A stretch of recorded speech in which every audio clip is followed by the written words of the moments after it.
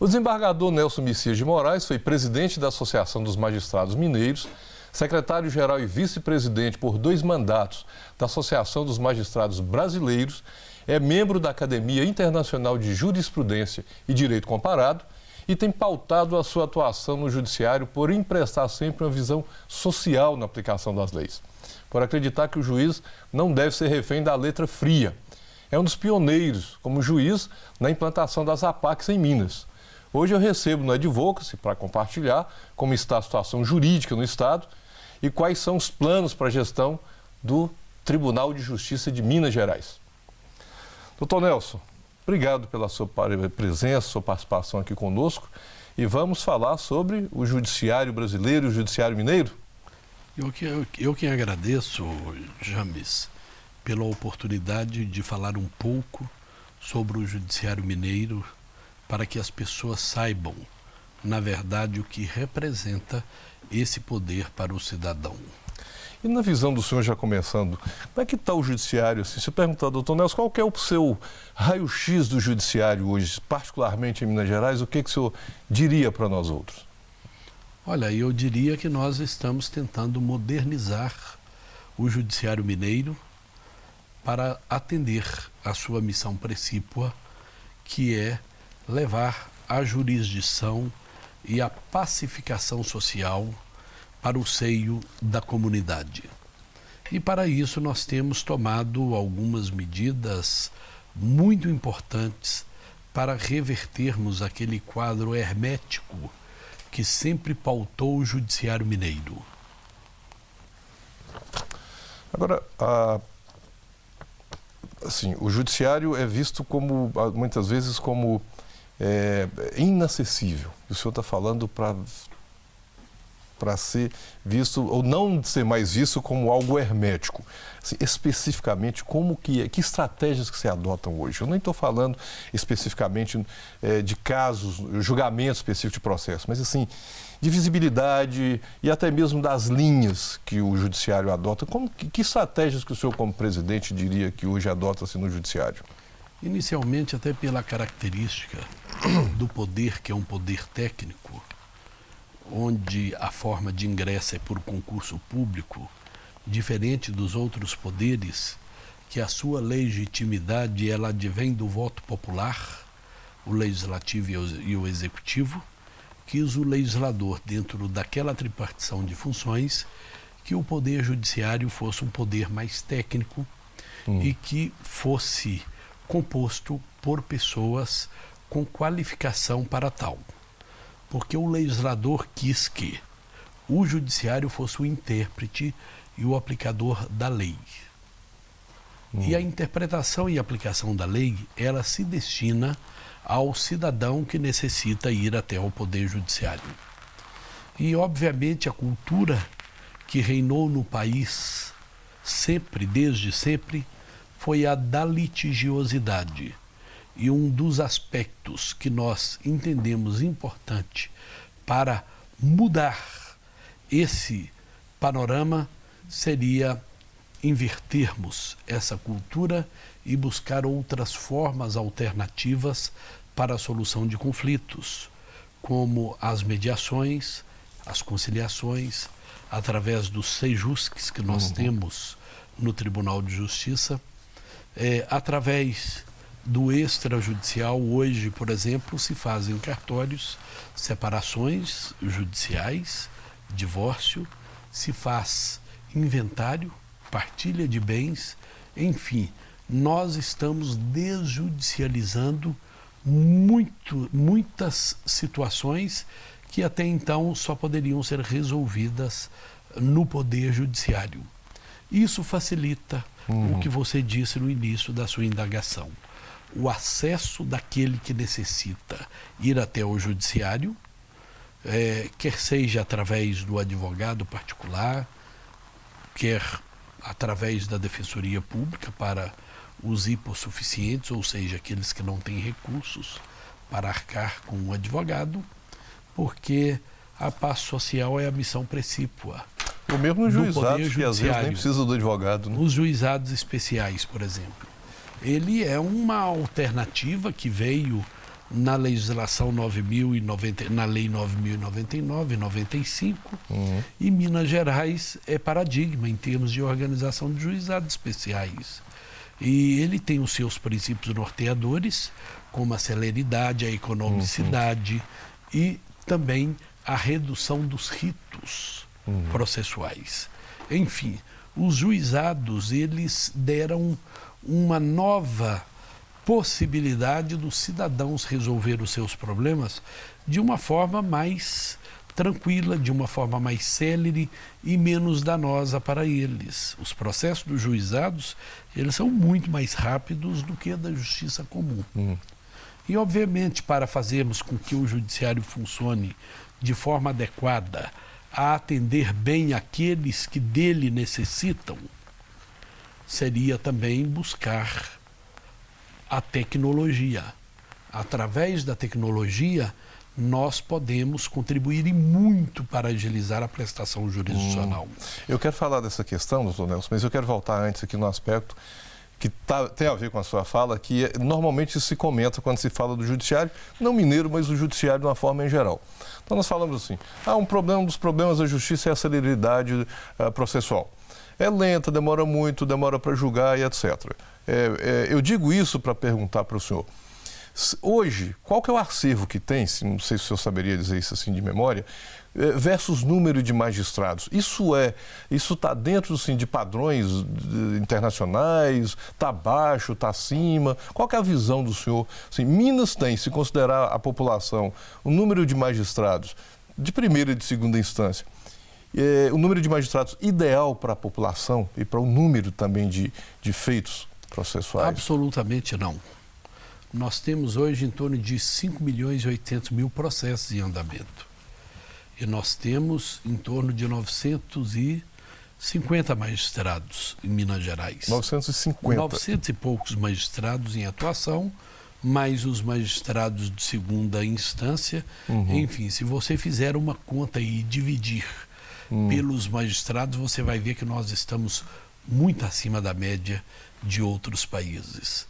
Para que você tenha noção, na primeira instância nós temos juízes que têm 20.000 processos. Tá, mas o senhor fala acima da média, tem muito mais feitos por juiz, nesse sentido. Muito mais feitos por juiz, muito acima da média internacional. Aliás, o Brasil, não só no primeiro grau, mas no segundo grau e até mesmo tribunais superiores, inclusive na Suprema Corte do país, nós temos um volume processual fora de qualquer padrão mundial. As outras cortes, em muitos países que fazem apenas o controle concentrado de constitucionalidade, elas têm pouco mais de 100, 200 de processos por ano. Aqui nós temos alguns milhares de processos para cada ministro da Suprema Corte. 11, né? São 11. Então, essa estrutura também, ela deveria ser repensada, porque a Suprema Corte, ela tem a missão de analisar a constitucionalidade ou não de leis. E deveria ser um controle concentrado e não de forma individualizada como se faz. Por exemplo, se você for ao Supremo Tribunal Federal, você verificará que o número de habeas corpus na Suprema Corte do país é algo impensável em qualquer país do mundo. Enquanto eles deveriam estar fazendo o controle de constitucionalidade de leis, eles estão fazendo o controle de aplicação de normas constitucionais diretamente para o cidadão. E para um caso específico, né? E para um caso específico. Agora, doutor Nelson, assim, o que a gente observa, nós advogados, juízes, etc., parece que a cultura do Brasil hoje é judicializar tudo. E, assim, o fato social anda muito rápido, né? E aí eu acho que o incômodo que talvez fique para o judiciário e até para nós advogados é como lidar com essa rapidez com que o fato social acontece e a resposta do judiciário, e muitas vezes sem norma específica para muitos casos. E um exemplo rápido disso para ouvir o senhor, recentemente a ministra Rosa Weber foi fazer uma audiência pública sobre aborto. Então, assim, vê-se que falta a norma e as coisas acontecem muito rápido e o judiciário não pode dizer que não vou apreciar tal caso. Não é possível isso. Como que o senhor tem visto isso? Olha, em primeiro lugar, que todo caso que chegar no judiciário, o juiz, desde o juiz inicial na carreira até o ministro Supremo, de algum modo ele tem que apreciar. Não é dado ao juiz o direito de dizer sobre esse caso, eu não vou me manifestar. Não tem norma, né? Quando muito ele pode se sentir impedido de alguma forma, ou por suspeição, ou por impedimento legal, aquele que vem elencado na legislação, mas ele não pode se omitir em decidir.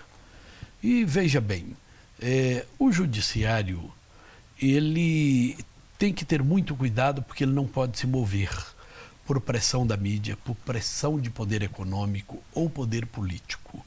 Às vezes a sociedade ela tem uma ânsia enorme de ver uma situação resolvida muito rapidamente e aí pode ocorrer de se fazer injustiça, de não vir um julgamento justo, equilibrado e sereno. E no Estado de Direito, todos têm direito à ampla defesa, têm direito ao contraditório. E para que você disponibilize esses cânones constitucionais para o cidadão que é acionado pelo judiciário ou que aciona o judiciário, obviamente você tem que seguir um rito processual que é imposto por uma legislação e a legislação ela é elaborada pelo legislador e o legislador que recebe uma delegação do povo para fazê-lo. Então é bom que haja a compreensão de como funciona o Estado. Eu vou pedir o senhor licença um minutinho para a gente fazer uma pausa, que eu quero voltar falando, inclusive, sobre a influência que muitas vezes se pensa que tem que ter sobre o julgamento, né? Mas nós vamos fazer uma pausa no nosso debate e eu te convido a posicionar sobre este assunto em nossas redes sociais. É só procurar pelo @programa Advocacy e contamos com você no nosso retorno. E já estamos de volta, hoje falando sobre os desafios de administrar o Tribunal de Justiça do Estado de Minas Gerais. Eu recebo o desembargador Nelson Messias de Moraes, que é presidente do TJMG. Se você tem dúvidas, qualquer questão a respeito desse tema ou de outros, então envie a sua mensagem para o WhatsApp 31 98 959 7615 e nós vamos conversar. Doutor Nelson, o senhor falou aqui do bloco anterior sobre a influência da opinião pública e etc., sobre as decisões do judiciário. É algo que está se vendo muito, é o reflexo disso na economia, no setor econômico. Podemos dizer que isso é legítimo, por exemplo? O judiciário há que se tomar as suas decisões pensando no reflexo que isso vai ter na economia ou no aspecto econômico dessa decisão, não só em nível de Estado, mas às vezes numa grande corporação, por exemplo, se aquilo vai criar um problema sério. Ou às vezes também a influência da opinião pública nas decisões, porque as redes sociais são muito ágeis, são muito rápidas, né? E muitas vezes até uma fake news circula numa velocidade muito grande, cria uma comoção muito grande e muitas vezes espera-se que o judiciário vá atender essa comoção. Qual que é o papel do judiciário com tanta pressão que vem de todo lado com relação aos julgamentos? O papel do judiciário é o do pacificador, é o papel do equilíbrio e o papel do bom senso. O juiz, quando ele ingressa na carreira, ele ingressa através de concurso público e ele é um técnico exatamente para ficar imune a determinados tipos de pressões, seja da mídia, seja do poder, seja qual for o poder, exatamente para trazer o equilíbrio entre as partes e até mesmo entre o fraco e o forte. Porque o judiciário, ele não se legitima pelo voto popular. O juiz, ele se legitima pela Constituição, que é elaborada pelo legislador, que é eleito pelo povo. E o legislador foi muito inteligente quando quis que aquele que fosse o aplicador e o intérprete da lei fosse um técnico exatamente para ficar livre de determinados tipos de pressão. Para que o cidadão que vá até o judiciário, né, ele possa receber a decisão de uma forma isenta, equilibrada e para que o juiz também não sofra nenhum tipo de constrangimento. Por isso mesmo, o juiz tem determinados cânones que lhe são garantidos, como da inamovibilidade, da irredutibilidade e da vitaliciedade. Essa é uma garantia que se dá ao próprio cidadão quando vai ao judiciário. E, evidentemente, as redes sociais, elas se comportam de uma forma muito frenética e, às vezes, de uma forma um tanto quanto desequilibrada e muito distante do contexto real de determinada situação. Você disse há pouco as fake news. Fake news é algo que deveria ser banido da consciência das pessoas. Uma pessoa que replica uma fake news é uma pessoa que está de acordo com a mentira, com a inverdade. Então, nós temos que ter muito cuidado com esse comportamento moderno. Agora, o senhor está falando aí, é uma coisa que se verifica e é muito comum. Para nós advogados, às vezes nem tanto, mas para a população a indignação é assim, tem uma decisão e parece que o anseio popular deseja outra. A gente olha, o advogado às vezes não conhece o processo, mas só de ser um operador do direito, já imagina que não tem fundamento aquilo que se pretendia a partir do anseio popular. E a decisão que é impopular, na verdade, é aquela que tem fundamento jurídico, né? Então, isso não é incomum de acontecer. E nos tempos hoje, no Brasil mesmo, está assim, muito comum. Ah, mas alguém teve um habeas corpus deferido. Não, vai ter mesmo, porque não tinha fundamento para prisão muitas vezes, né? Mas essa é a vantagem do juiz ser um técnico.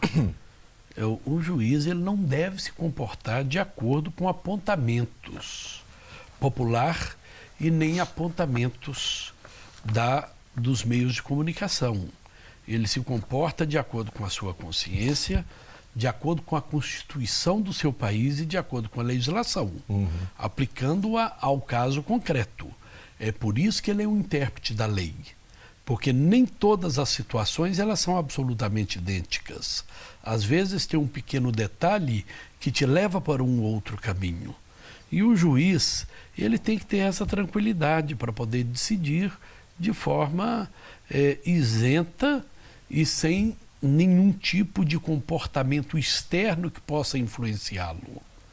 Aliás, então, eu particularmente, eu nunca liguei para o que a mídia fala, porque eu fui preparado, eu fui forjado para ser um magistrado que vai entregar ao cidadão uma decisão que seja equilibrada, que seja justa.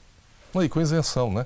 Eu me lembro sempre no direito, eu falo assim, diz que o advogado é o primeiro juiz do caso. E às vezes nós recebemos nos escritórios alguns casos, mas é igualzinho o do amigo, do parente. Quando você senta para ver, não é igualzinho, né?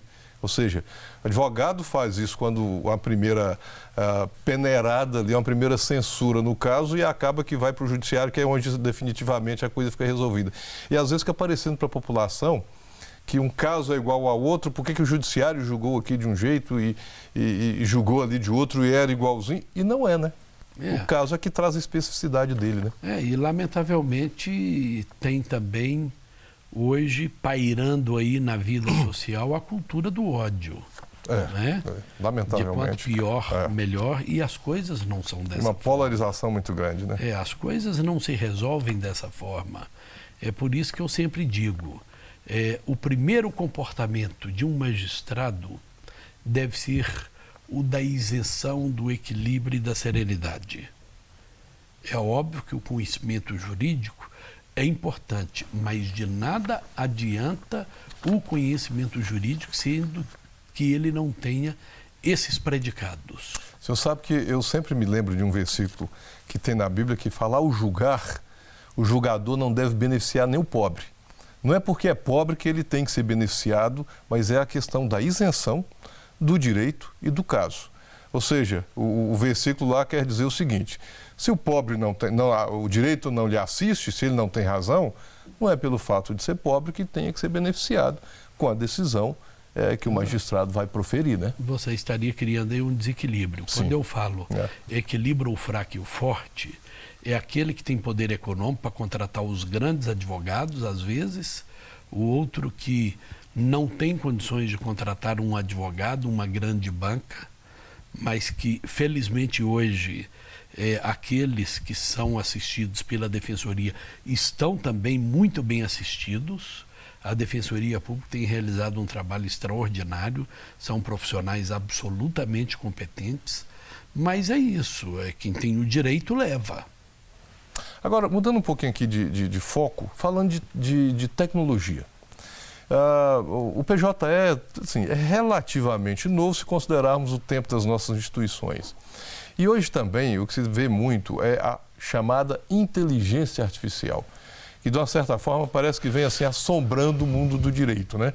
E aí na advocacia é dito, olha, não vai ter mais advogado, e vai ter advogado, e vai ter inteligência, e tem o robô advogado. Quer dizer, nós temos que acompanhar a tecnologia da forma como ela está sendo colocada à disposição da sociedade em geral, especificamente no caso da advocacia. E no judiciário, como é que o judiciário, particularmente o mineiro, está se preparando para lidar com essa rapidez da tecnologia, com a chamada inteligência artificial? Outro dia eu estava lendo uma matéria falando sobre, hipoteticamente, evidentemente, mas assim, eu costumo dizer que quando Hollywood lança filme, ele está contando alguma coisa que nós não sabemos, mas já existe. E ele já lançou uns 2, assim, até para trás, e essa matéria falava disso. Do advogado, que é um robô que pesquisa tudo, a linha de decisões do judiciário, e o judiciário que estava aplicando de acordo com as normas, com os fatos que chegaram relatados. Então ele colocava 2 robôs, um advogado e o magistrado. Bom, é um pouco de ficção, evidentemente, e tal, para fazer a reflexão. Mas nessa esteira, como que o senhor tem visto, ou como que o judiciário está se preparando para esse novo tempo? Porque vai dar É uma nova era, né? Em primeiro lugar, que o homem nunca será substituído, porque além da inteligência, a sensibilidade ela pesa muito, a sensibilidade humana principalmente. É lógico que nós temos que lidar com a tecnologia para facilitarmos o nosso trabalho, para agilizar e para dar o acesso mais rápido para aqueles que dependem do judiciário. Em Minas Gerais, por exemplo, o processo judicial eletrônico, há 10 meses, quando assumi, nós tínhamos 12% no máximo de processo judicial eletrônico implantado. Agora, quando nós inteirarmos um ano, nós já chegaremos a praticamente 100%, e em setembro estaremos 100%, ou seja, eliminaremos o papel. E inclusive de execução fiscal? Distância, inclusive de execução fiscal, em todas as áreas. E veja bem, a inteligência artificial nada mais é do que uma ferramenta de busca para se buscar determinadas jurisprudências, doutrina, enfim, para se amoldar aquele caso concreto, para levar até o caso concreto determinadas situações para facilitar a vida do magistrado. Mas, obviamente, nós não vamos ter um robô prolatando sentenças. Isso seria um absurdo, e seria o caos, e seria a eliminação da sensibilidade humana. Entendeu? Obviamente, nós vamos buscar a inteligência artificial, já temos uma comissão cuidando de inteligência artificial dentro do Tribunal de Justiça, porque se nós não nos modernizarmos, nós vamos perder o trem da história. E tem que se modernizar e tem que enfrentar o quanto antes essa situação. Então a tecnologia é muito importante, mas o ser humano é infinitamente mais importante do que a tecnologia, indispensável até. Né? Bom, nós vamos fazer aqui mais um rápido intervalo, mas antes, se você quiser participar do Advocacy, mande um e-mail para advocacy@redesuper.com.br. Nós já voltamos.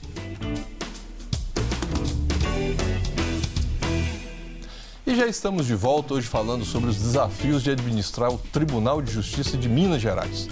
Recebo o desembargador Nelson Messias de Moraes, que é presidente do TJMG. Estamos aqui falando sobre desafios e propostas e etc, né?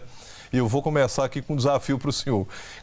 Algumas questões levantadas recentemente, sobretudo aqui em Minas, foi reclamações da advocacia com relação ao acesso aos prédios do tribunal, aos fóruns, aos juizados, etc. Muitas vezes a dificuldade com despachar com o desembargador. Eu acho particularmente assim, se tem que despachar, vai no início ou vai no final do expediente, que é quando a pessoa já está desacelerando e não perde um raciocínio, mas isso foi uma questão levantada, né? Muitas vezes tem-se que peticionar nos autos para o magistrado apreciar e ver se realmente há necessidade de atender o advogado.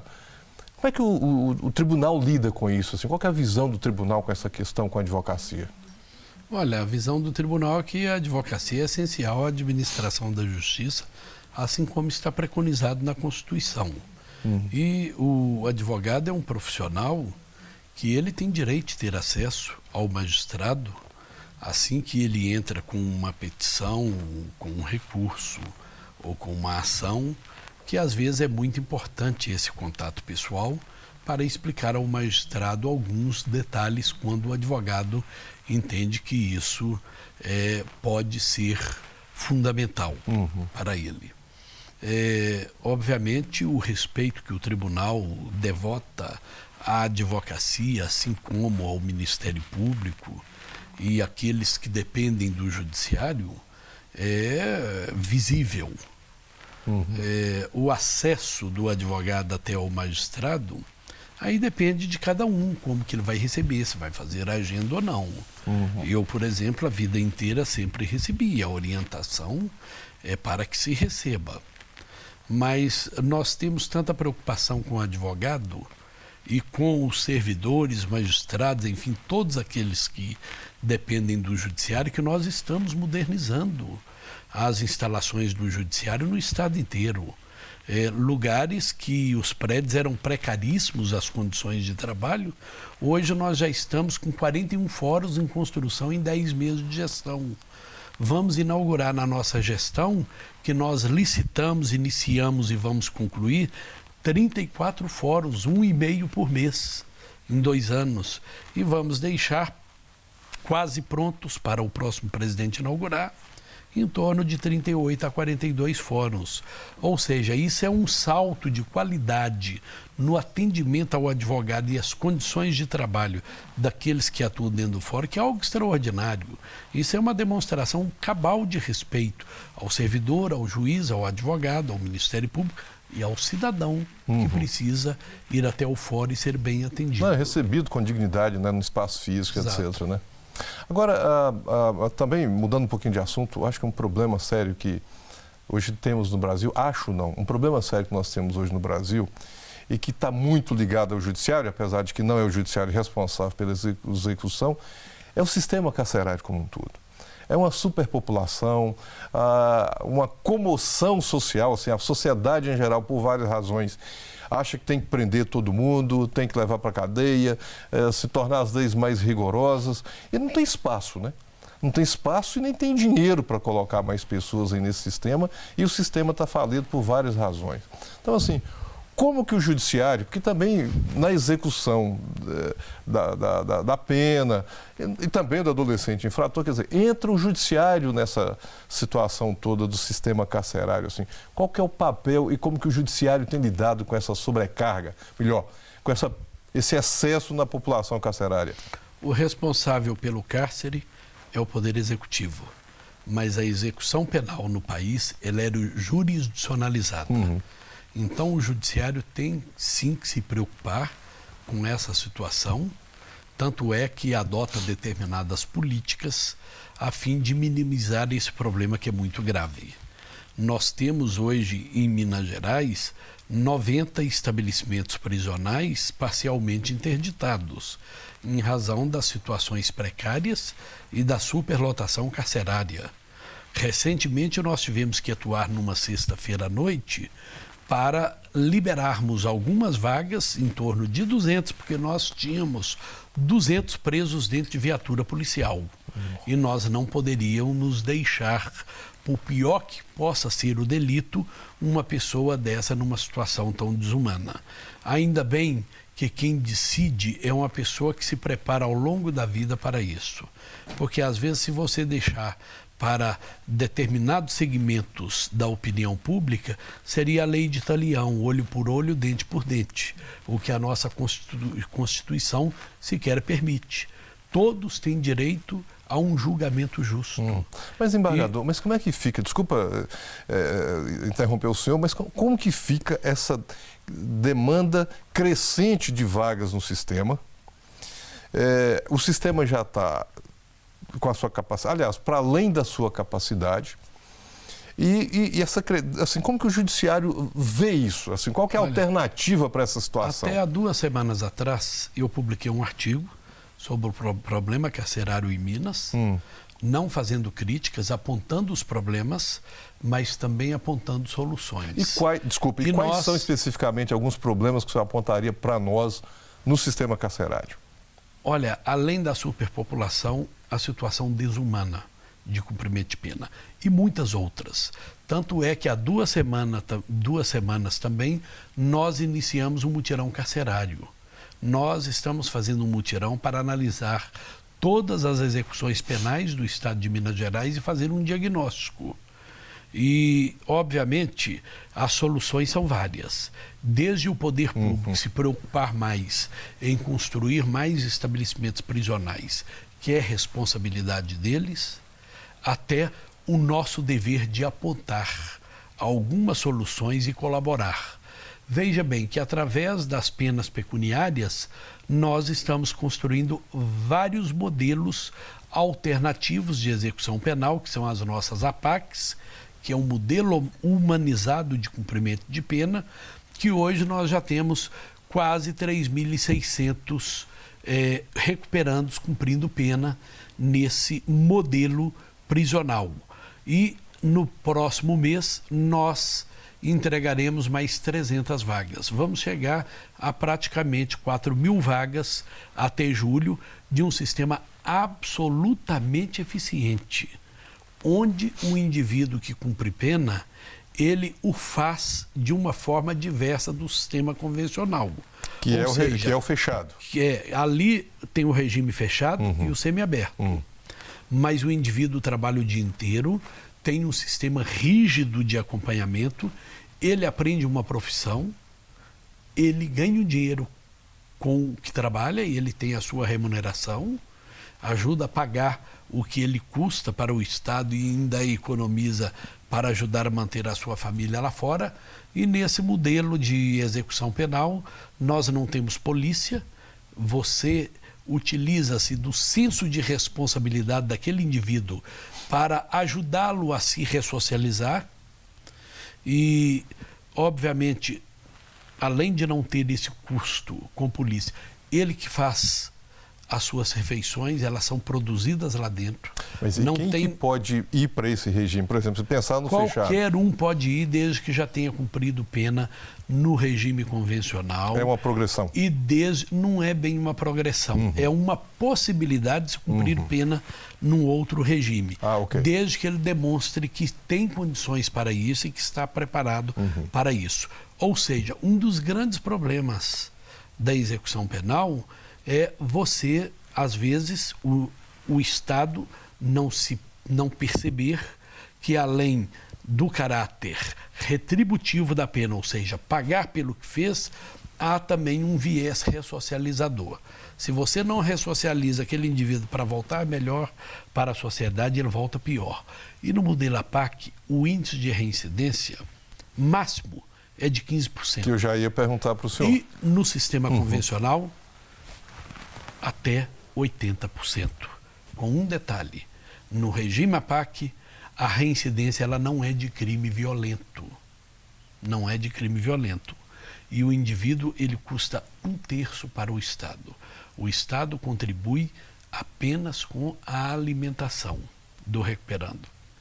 E veja bem, isso só funciona se for uma política que envolva a comunidade e a família do recuperando.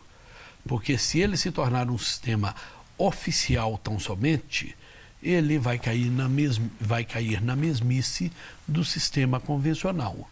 E eu vejo esse modelo hoje como um paradigma de execução penal para o Brasil. Aliás, nós já temos 39 APACs em Minas Gerais, vamos chegar a 42 agora, até o próximo mês, amanhã mesmo. Ou melhor, esta semana. Vai ser inaugurada uma de Conselheiro Lafayette e também, proximamente, de Varginha. Agora... E mais à frente, dentro de poucos meses, de Divinópolis. Ou seja, nós estamos trabalhando e fazendo a nossa parte para colaborar com o Estado para minimizar esse problema carcerário em Minas Gerais. Agora, o senhor está falando aí, mas o que é que se precisa para que um detento vá para esse sistema? Por exemplo, não é uma progressão. Ele pode ter cometido qualquer crime, um crime hediondo e depois poder ir para a PAC, por exemplo. Pode. E outra coisa, é uma parceria com a sociedade civil, né? Porque é uma associação. Assim, a PAC é uma associação, né? Mas ela é fiscalizado o modelo pelo Ministério Público, é jurisdicionalizado da mesma forma. Ainda mas não é uma unidade do Estado, né? Não é um órgão do Estado. O Estado participa, não é unidade do Estado, não é uma unidade nossa, é uma unidade da sociedade civil organizada. Veja bem, recentemente o ministro Moro foi conhecer uma PAC em Santa Luzia e lá eu estava, ele indagou para um recuperando quais os crimes ele havia cometido, ele contou, inclusive delitos graves, quantos anos de condenação ele tomou, ele respondeu que 130 anos, falou, mas você já cumpriu quanto tempo? Ele falou, 17 anos, 15 no convencional e 2 aqui. E ele o indagou. E como que você se vê agora? Ele disse, profundamente arrependido do que eu já fiz lá no passado. Hoje eu sou um homem recuperado, quero ajudar a recuperar outros. Hoje eu tenho uma família, tenho um emprego, tenho dignidade e no dia que eu sair daqui eu quero ajudar a recuperar outras pessoas. Como o caso de um recuperando na PAC de Itaúna, que ele já tinha empreendido mais de 20 fugas no sistema convencional. E 3 anos depois que ele estava na PAC, o juiz deu essa oportunidade a ele. O Tribunal de Justiça foi lá para fazer uma entrevista com ele e o indagou se aquilo era verdade. Falou, é verdade, já empreendi várias fugas. Ou seja, e o indagou, e por que você está aqui há 3 anos e ainda não... E não foge, né? Não fugiu. Ele disse, é porque do amor ninguém foge. É tratado com dignidade. Ou seja, está cumprindo o objetivo da pena, né? Socialização. Doutor Nelson, nós estamos chegando aqui no finalzinho do nosso programa, mas também outro tema que é colocado, assim, em rápidas palavras, que está aí também e com muita polêmica em torno, é da execução da prisão provisória, da pena que está com julgamento em segunda instância e muitas vezes já está sendo cumprida e fica essa discussão, a sociedade acha que tem que ser isso e uma linha dos profissionais do direito entende que não possa ser. Qual que é a posição do senhor com relação a isso? Olha, eu respeito posições divergentes e essa é a beleza do direito. Mas eu fiz um compromisso comigo mesmo e fiz um juramento de cumprir a Constituição. E a Constituição, ela foi outorgada ao país pelo povo que escolheu seus representantes para fazê-lo. E dentre os cânones constitucionais imutáveis, que nós chamamos de cláusula pétrea, está o do princípio da não culpabilidade, que é chamado por aí de princípio da inocência. E veja bem, lá diz claramente que ninguém deve ser considerado culpado até o trânsito em julgado da condenação. Eu, particularmente, até que venha uma decisão que ela tenha que ser seguida por todos, eu terei o meu entendimento, que é o de cumprir o que está escrito na Constituição da República. Se for 1% dos recursos que chegam até ao STJ ou ao Supremo Tribunal modificado para absolver um indivíduo ou reduzir a pena, já justifica e muito o cumprimento da Constituição. Que é o que nós todos temos que fazer, né? Então, Nelson, obrigado. Passou tão rápido, a gente tinha aqui tantos assuntos ainda para falar, mas nós vamos voltar a conversar sobre o Judiciário Mineiro numa próxima oportunidade. Quero agradecer ao senhor pelo seu tempo aqui conosco, participando desse programa, e colocar também à disposição, sempre que tiver e quiser, o Tribunal de Justiça. Nós estamos aqui com as nossas câmeras e microfones abertos, para falarmos sobre esse desafio que é o judiciário, né? Gerenciar o judiciário. Muito obrigado. Estaremos sempre à disposição. Te agradeço, James, pela oportunidade de ter participado de um programa tão respeitado. Obrigado. E tão assistido. E é muito importante que a sociedade compreenda a importância do judiciário para o cidadão e para a cidadania. Obrigado. E nós chegamos ao fim desse programa, mas o assunto continua nas nossas redes sociais e nós te aguardamos no nosso próximo Advocacy. Não quer ficar um segundo por fora da nossa programação? Agora você pode nos acompanhar através das plataformas digitais. Não perca tempo. Acesse, curta e siga-nos. Fique por dentro de tudo o que acontece por aqui. Rede Super, inspirando você.